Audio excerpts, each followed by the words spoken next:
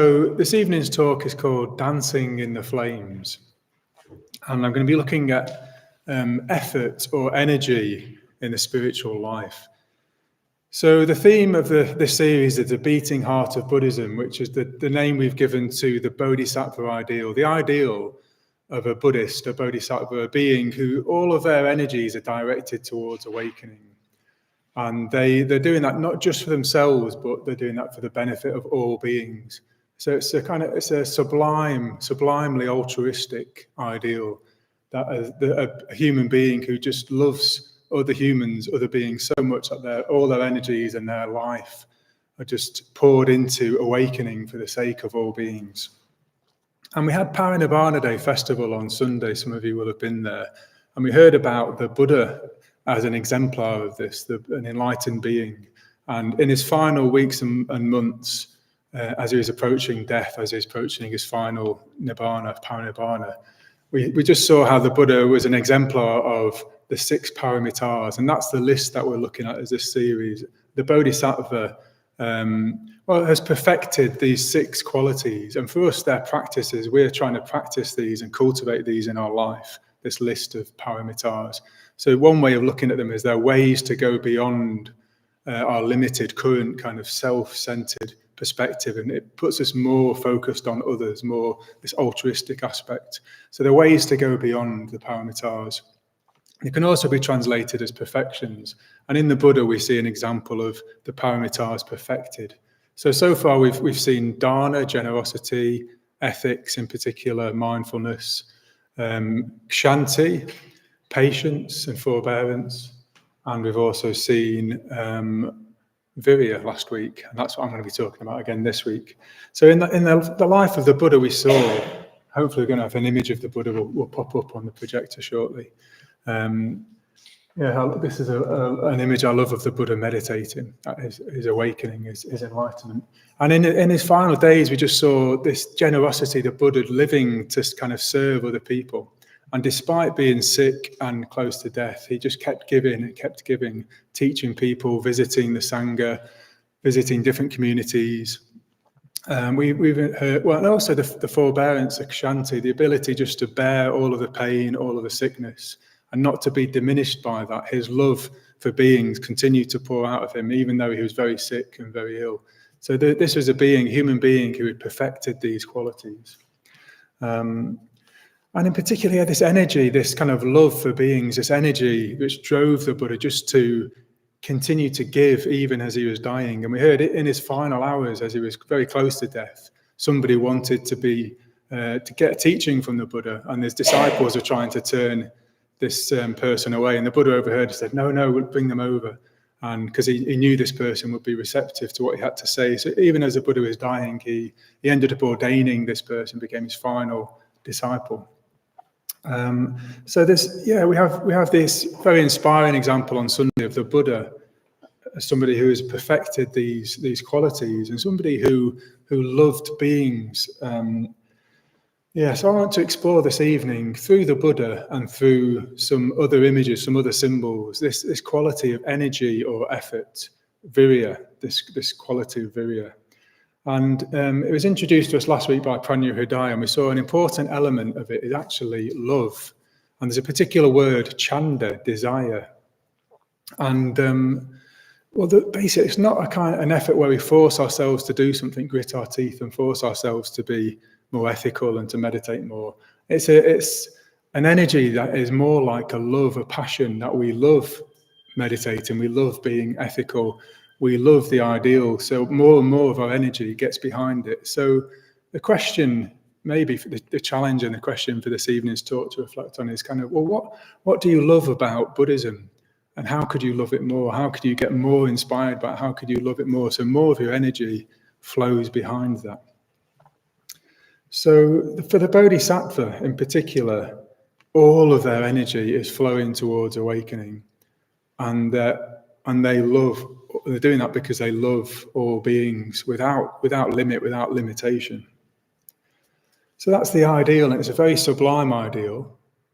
And often when we're presented with that ideal, we can be challenged by our own situation where we are now, which is often, I imagine, falls very short of that. So There will be some of our energies that aren't available to us. Probably most of your energy isn't available to you, which might sound a strange thing to say, but actually, it's because it's like the tip of the iceberg. The energy that's available to us is just a fraction of the energy that could be available to us through transformation and through meditation and the Dharma life. So how could we gather and include more of our energies, more of our emotions, so that we can love the Dharma more, have more energy available? And then another question, another challenge for this evening is, well, what holds you back? Maybe we're held back from loving other people, from loving the ideal. Maybe ideals have let us down, or things have let us down, or people have let us down. Maybe we've been hurt or wounded. We kind of pull back from loving. How could you give more, give yourself more? How could you love more other people? So there's I was reading about this topic this evening, some things Sangha actually had to say, and one thing, a particular paragraph struck me, so I'll just read it out. Usually people find it very difficult to give themselves in this way, not just to the spiritual life, but to anything. They find it difficult to plunge in, commit themselves, get totally involved, put all their emotions into what they're doing. As a result, they don't achieve much in any direction, certainly not in a spiritual one. In many cases, people can't give themselves in this way because they are emotionally blocked. They have to learn to loosen up, get their emotions flowing more freely, flowing ultimately in the direction of enlightenment. So that's the kind of challenge of this evening's talk. How can you gather more of your emotions and get them flowing in the direction of enlightenment? So this is a symbol of the Buddha at his enlightenment, and it's a very beautiful image, but for me, it doesn't convey, can't convey the Buddha's energy, this kind of limitless energy and creativity of the Buddha.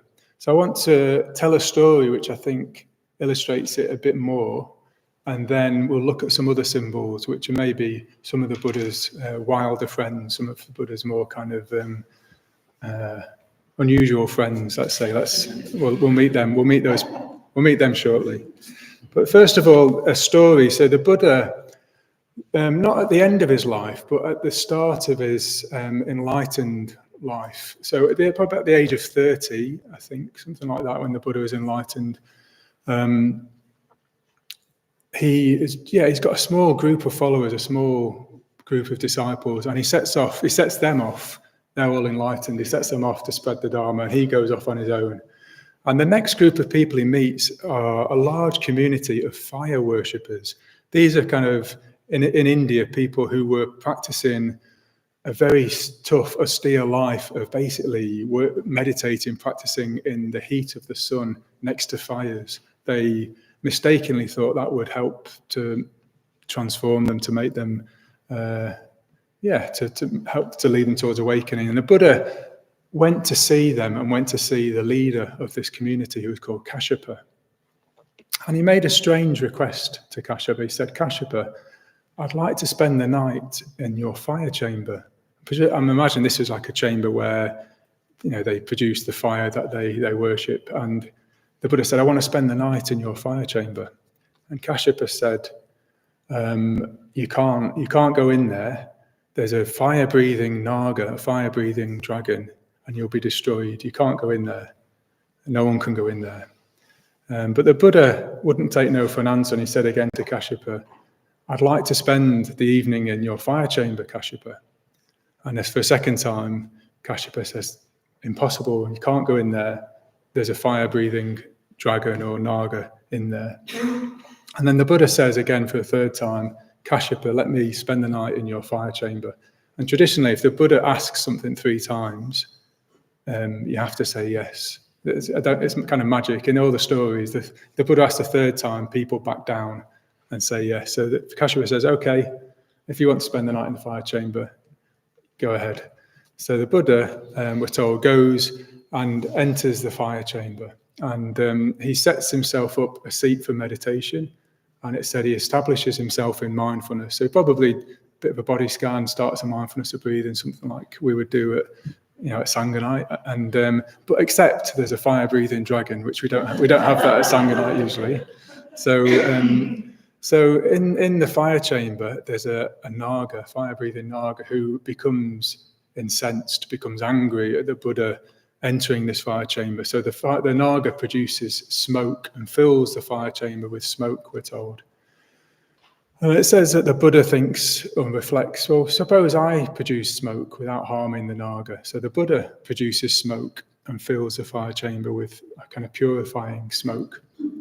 And then it said the Naga gets even more angry, even more incensed, and produces flames. And we're told that the Buddha reflects, well, what if maybe I could produce flames without harming the Naga? And we're told that the Buddha produces flames and fills the fire chamber with flames. And then we're told at this point a big crowd has gathered around the fire chamber, and lots of the followers of Kashyapa say, oh no, that monk who was so handsome is going to be destroyed by the fire-breathing Naga. So what we can see is just a kind of hut, fire chamber filled with flames. And then at the end of the night, the Buddha emerges from the fire chamber and he holds out his begging bowl. And in his begging bowl is this little Naga curled up, really cute, like this, curled up in the begging bowl. And the Buddha presents it to Kashyapa and says, here, Kashyapa, here is your Naga. I met his fire with fire. And I love that story. I think that's an amazing story, a very unusual story. You don't get too many stories like that in the Pali Canon. But when I heard that story, it really resonated with me, and I found it very helpful in a particular way, because I'd realised I'd been practicing the spiritual life for a while, and I'd realised that my emotions were blocked and I couldn't access them.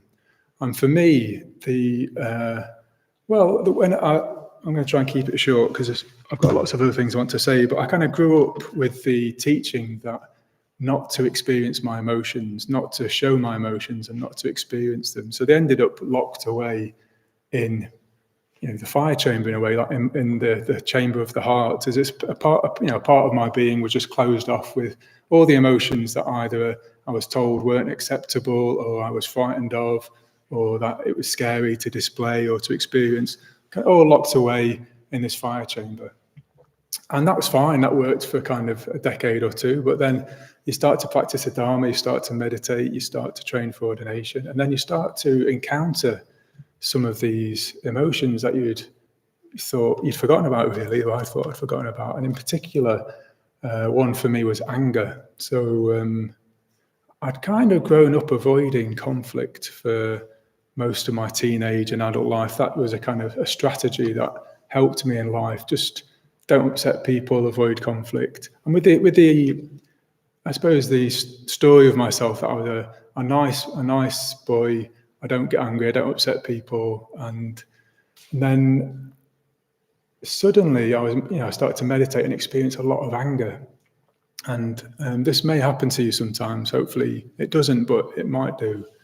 You do hear about people who say they come to the Buddhist center, so I struggle with the fourth stage of the Metta Bhavana. I can't think of anybody that I don't like. I can't think of anybody to put in the fourth stage. That's very common thing for people to say. And it's also very common, kind of 6 months, a year, 2 years later, for there to be a queue of people in the fourth stage. Just no shortage of people. And it's not that Buddhism makes you angry. It's not that that's what happens. Hopefully that's not what happens. It isn't what happens. I know that's not what happens. What happens is Buddhism makes you more aware of your inner world, more aware of your emotions, more aware of your reactions. So things that were going on without you realizing it, suddenly you become much more aware of. And so I was getting angry and was ignoring that and in denial about that, or kind of planning my life so I wouldn't experience that. And all of a sudden in meditation, I started to experience that. And for me, that was like entering into that Kashyapa's fire chamber and being face to face with a fire-breathing Naga producing flames. So in the meditation, the heat of that anger was very uncomfortable, and I didn't really know what to do with it to begin with. But that story, that example of the Buddha just kind of meeting it with his own flame, his own fire, the kind of flames of metta and the flames of compassion, is transformative. Emotion can be transformed, and your emotions can be transformed in the Metta Bhavana, the practice of the Metta Bhavana, particularly the fourth stage of the Metta Bhavana.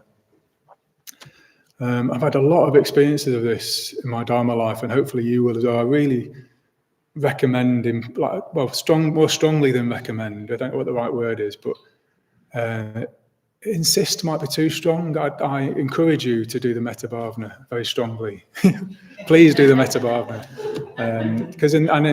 Because you can transform your relationships, and particularly emotions like anger and hatred of other people. And I had an experience of this just last week. Just last week I spent half term with, let's just say, a relative. I'm not going to say which relative it was, but a relative who I found difficult in my life. I'm not going to name the relative. It's tempting, but I'm not going to name the relative. And basically, I had a breakthrough last week with them. We spent some time together during the half term, and I was a little bit playful and a little bit kind of pokey, but it made this person got angry with me, got upset and got angry with me, and I wasn't expecting that. And I reflected a lot on it, and I apologized afterwards for kind of having upset them. But this person is kind of known to be angry, irritable, critical, quite a difficult person at times. But what I saw was, maybe more deeply than I'd seen before, was a pain that was underlying it. This person was in pain. They had something very difficult happened in their life, and that was what was making them angry. They were upset about this, and I glimpsed this more deeply than I had done before, and suddenly loved them much more than I had done before. So it's very, very powerful. You can go from having anger, at you, or anger, being in conflict with a person, to just empathizing, just seeing, glimpsing what's going on for them, the conditions that are going on for them, and suddenly that can transform into love. So the Metta Bhavana is very, very powerful. So, I mentioned that this image doesn't quite do justice to all of that. All of that's going on potentially in the Buddha's meditation, in the Buddha's heart, in the Buddha's mind, as he's sitting there meditating on the edge of enlightenment. That isn't really communicated in this image. So Buddhism later came up with other images, and I want to show you now a couple of images of the wrathful Vajrapani. So this is from Tantric Buddhism, the wrathful Vajrapani, and there's a second image as well. So maybe if you could see inside the fire chamber, if you had a kind of fireman suit on and you could, or a fireperson suit, you could get inside, glimpse through the window, what you might have seen is something like this, the wrathful Vajrapani. So Vajrapani is a depiction of enlightenment that is particularly showing an aspect of enlightenment, which I want to draw attention to now. So Vajrapani is dark blue. His build is huge. He's huge. He's strong. He's stout. He's got a big belly as well, a big protruding belly, and he's got short, thick, powerful limbs. He wears a crown of skulls on his head rather than the usual jeweled crown that a Buddha would wear. Or a Bodhisattva. He wears a crown of skulls, and he's naked apart from a tiger skin and a garland of skulls wrapped around him. He has a ferocious, angry expression, and he's trampling on figures usually, which are said to be craving and ignorance and hatred. And in his right hand, he holds the diamond thunderbolt, which we've heard about at Sangha night recently, the Vajra. And his name means holder of the Vajra, or wielder of the Vajra, Vajrapani. And Vajrapani, you could say, is the principle, or an element of the principle of energy, transformed energy. And in particular, you might say in this particular form, it's quite a destructive, it's a very challenging, imposing figure. And he's wielding the Vajra, and the Vajra has the energy of a thunderbolt. So it's all of that energy, that kind of flash of lightning. And it's a diamond, it's made of a diamond which can destroy and cut through any obstacle, any other material. So it says in Vajrapani is wielding the Vajra to destroy obstacles to awakening, to kind of maybe destroy the limits on us, the things which limit our energy, hold us back, the views, the habits, Vajrapani wants to smash through those, to break through those. So this is an embodiment of all of the energy. I talked earlier in a kind of very loving, peaceful way about all of our energy flowing towards enlightenment. But if there's certain energy that we don't include and we're blocking, we're kind of locking in the fire chamber, it needs to be transformed. And these kind of flames, these flames of transformation in the flames of the fire chamber, in the flames of the metta bhavana, it needs to be transformed. So the Buddha, going back to the Buddha, of course, was a peaceful, loving, a being of love and of wisdom. But he also wasn't a person that you could push around at all. I was going to say easily, but you couldn't push the Buddha around at all. The Buddha wouldn't back down in a debate or a dialogue. And if there's a truth to be said, he would say the truth. And there's a story in the Pali Canon where, there's lots of them, but there's a particular story where the Buddha is challenged by a youth who's a bit kind of cocky. He's called Ambata, and he comes to try and ridicule the Buddha. He thinks he kind of knows everything, and he comes and he tries to poke fun at the Buddha, and the Buddha's caste, or the Buddha's kind of background. I think the Buddha responds by asking a question to Ambata, which if Ambata answers would actually make Ambata look really foolish. He kind of points out a truth about his caste, about Ambata's caste and background, and says, "Is this true, Ambata?" And Ambata just won't answer it. He doesn't want to answer it because he doesn't want to look foolish. And again, the Buddha asks a second time, and Ambata refuses to answer. And then, as we know, if the Buddha asks a third time, you have to answer. So the Buddha asked a third time to Ambata, and it said at that point, Vajrapani appeared above the head of the Buddha, holding a Vajra, threatening to split Ambata's head in two if he didn't answer the question. And at that point, Ambata kind of lay on the floor, kind of crying and apologise, asking for forgiveness, and kind of backs away. So again, it's a depiction. It's a kind of mythic depiction. We don't know what actually happened, but what it conveys and communicates is the Buddha as a strong and powerful presence who can't be messed with, can't be pushed around. So you could say that, well, in the Dharma, we're not, Buddhists aren't doormats. Buddhists will speak up for things and stand out for things, and we'll doing that out of love and non-violence. But there's times when you need to be assertive, where you need to have the energy that might once have been anger, but it's transformed into just a very powerful, calm, kind presence that just says, no, that's not going to happen. And people listened to the Buddha and knew that the Buddha wasn't going to be someone to mess around. So that all that energy that is locked away, if we don't want to, if we want to be a nice Buddhist and not go near it, all of that energy is locked away. But if somehow we can meditate with that, harness that, transform that, and turn it into even more powerful love and an even more powerful presence, that's what enlightenment calls for, and that's what the Bodhisattva ideal calls for ultimately. And in the short term, it just helps. If you can transform your anger, it helps very much in your relationships and in your life. So it's, in a kind of very day-to-day level, it's a good idea to transform your anger. But if you're aiming for the idea of enlightenment, then you need to harness all of that energy. Okay. And then we've got other images of Vajrapani. We've got this wrathful form, but then here is a statue from the 10th century of Vajrapani in a much more kind of peaceful form. This is more like the Vajrapani you might have seen in the Pali Canon, and his Vajra is just resting very politely on a lotus, ready to kind of hurl. There's less flames and destruction with this version of Vajrapani. And there's also a peaceful form of Vajrapani, which is the next image. Thank you, Paddy. And this is Vajrapani just kind of in a peaceful form, no flames, no fierce expression, just calm, holding the Vajra very, very lightly, relaxing.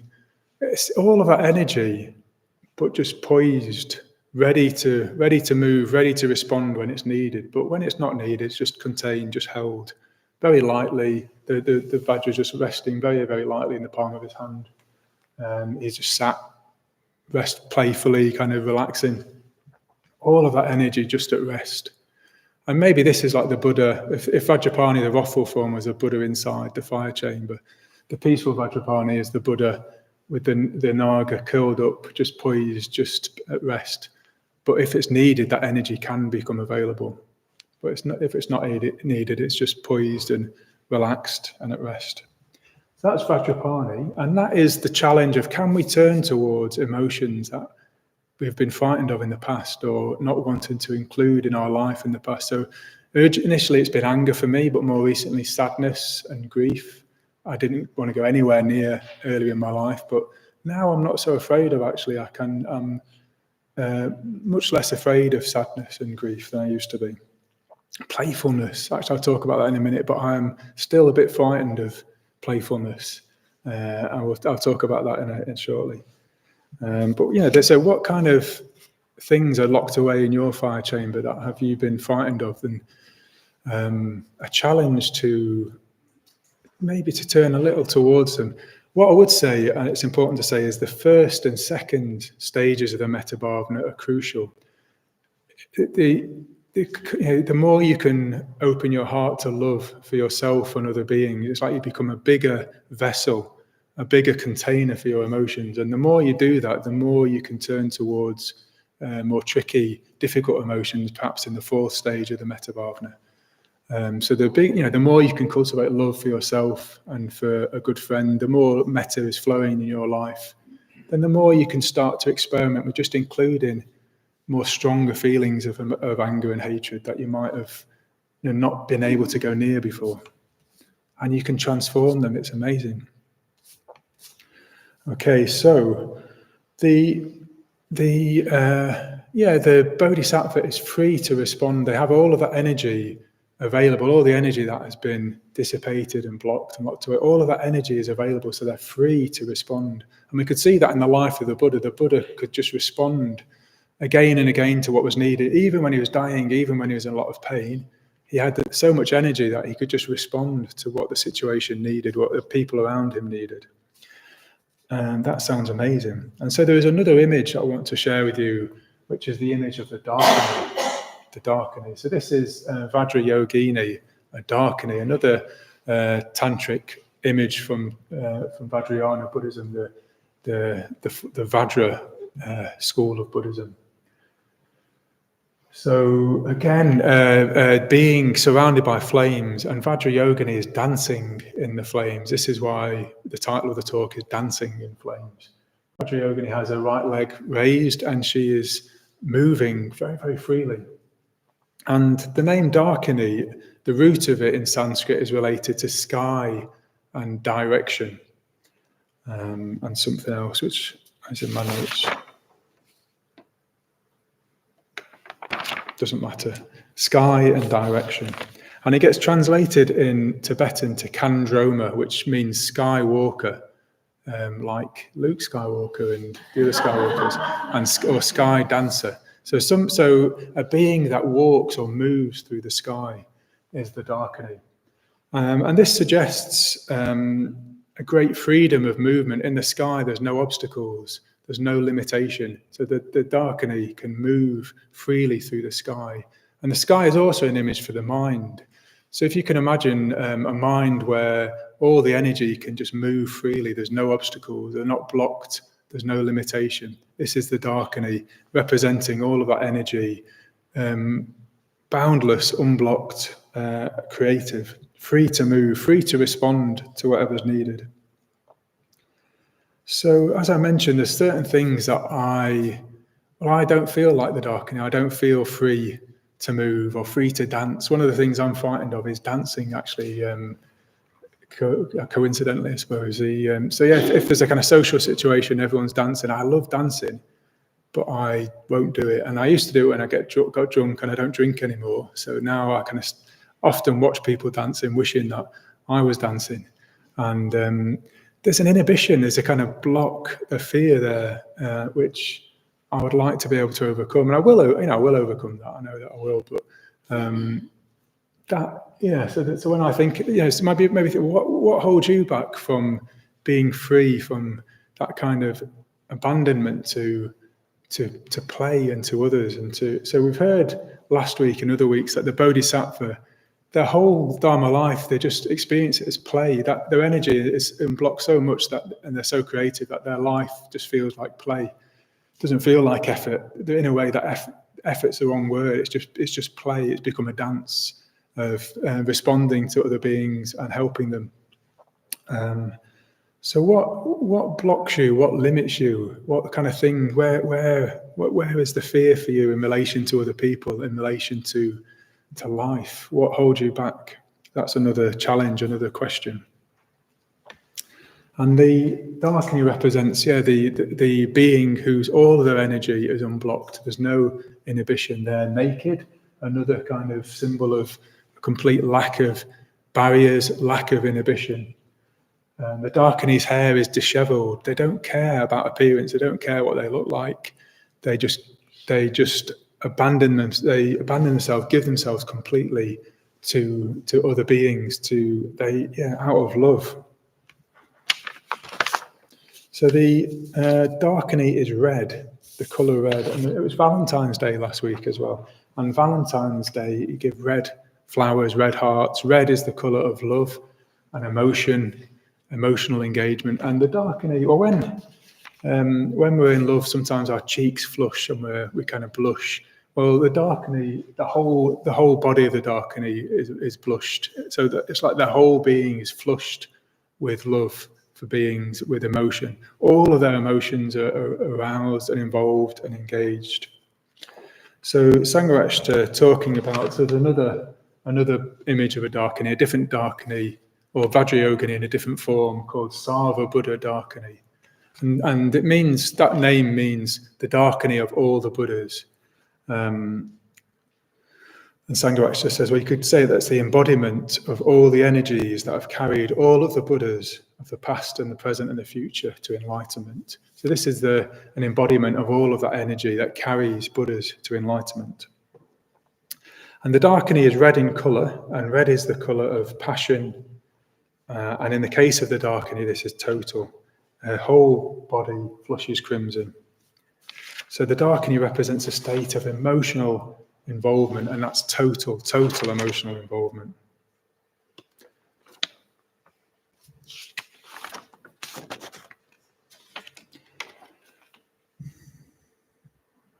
Yeah, and it's joyful. It's a joyful abandon. The Bodhisattva, the Darkini and the Bodhisattva, they are giving themselves totally, and that is joyful. So that is the ideal, the perfection of Virya, of energy, is that it's not really effort. It's just fun. It's play, and it's total engagement of all of your energies. And it's a love without limits, a love without bounds for all beings. And if you could imagine that you loved beings that much, and you loved the ideal that much, you loved awakening, you loved enlightenment that much, nothing would stop you. Nothing would stop you from becoming enlightened. And that is the ideal of the Bodhisattva. They are in love with awakening, they're in love with enlightenment, and they're in love with all beings. Yeah, so the perfection of Dharma Chanda, this desire, this love of the Dharma. And the Bodhisattva's love, it comes from wisdom. So it's a perfected love because it comes from wisdom. And the Darkini, and Vajrapani as well, has an eye, a third eye in their head, which is the eye of wisdom. So they see shunyata, they see the emptiness of any distinction and any separation between themselves and other beings. So that distinction just doesn't exist anymore, and they love completely all beings. So it's a love that comes from wisdom. So again, the practice for this, the practice to become more like a Darkini, is the metta bhavana. So again, I strongly encourage you to practice. I can't insist, but I would like you very much to practice the metta bhavana, because this is how you cultivate love, not just for yourself, but for other beings. And it begins with cultivating love for yourself. And the part of the fire chamber for you might be, engaging with the parts of yourself that you don't like, maybe in the first stage. And it involves, just really fully allowing yourself to love your friend, just the person who you love already. Just really allow yourself to feel that, to fully love your friends. And we talked about the fourth stage, because that heat, that charge of that hate, anger, can just be, just in an instant, if you have the right perspective, just turned around into love. And there's a lot of energy there that can be turned into love. And so perhaps the most trickiest stage in the Metta Bhavana is the third stage. And it's the stage where there isn't really much energy, because it's just a bit boring. The third person is just a bit boring. It's somebody that you don't really like. You don't dislike them, but you don't like them either. They're just a bit boring. And that is basically most human beings are like that. For you, and for me, we don't care about them that much. And what a shame that we could do. And that's possible. It's possible to care about them as much as you care about your own child. That's what the Buddha says in the Metta Sutta, that we should generate the love that a mother has for her only child, have that love for all beings in all directions without limitation. That's what's possible through the Metta Bhavana, that you can go from not being interested at all, not caring at all about a person, to starting to take an interest in them and actually noticing they're there to begin with. Oh, there's a person there, and I could talk to them, or I could help them, or I could interact with them. To actually, quite quick, you get into conversation with a stranger and you realise there's so much about them to like and to love, or to care about. So that's what is possible with the Metta Bhavana, is that you can, in the fourth stage, you can turn towards difficult emotions and start to transform them to become more like Vajrapani. But in the other stages, you can love more completely, so that your whole being is suffused with love, like Sangha Bodhinaga and Vajrayogini. All of your love is activated and flowing towards beings, and all of your energy is activated and flowing towards awakening. And then you'll be a bodhisattva. Okay, the end.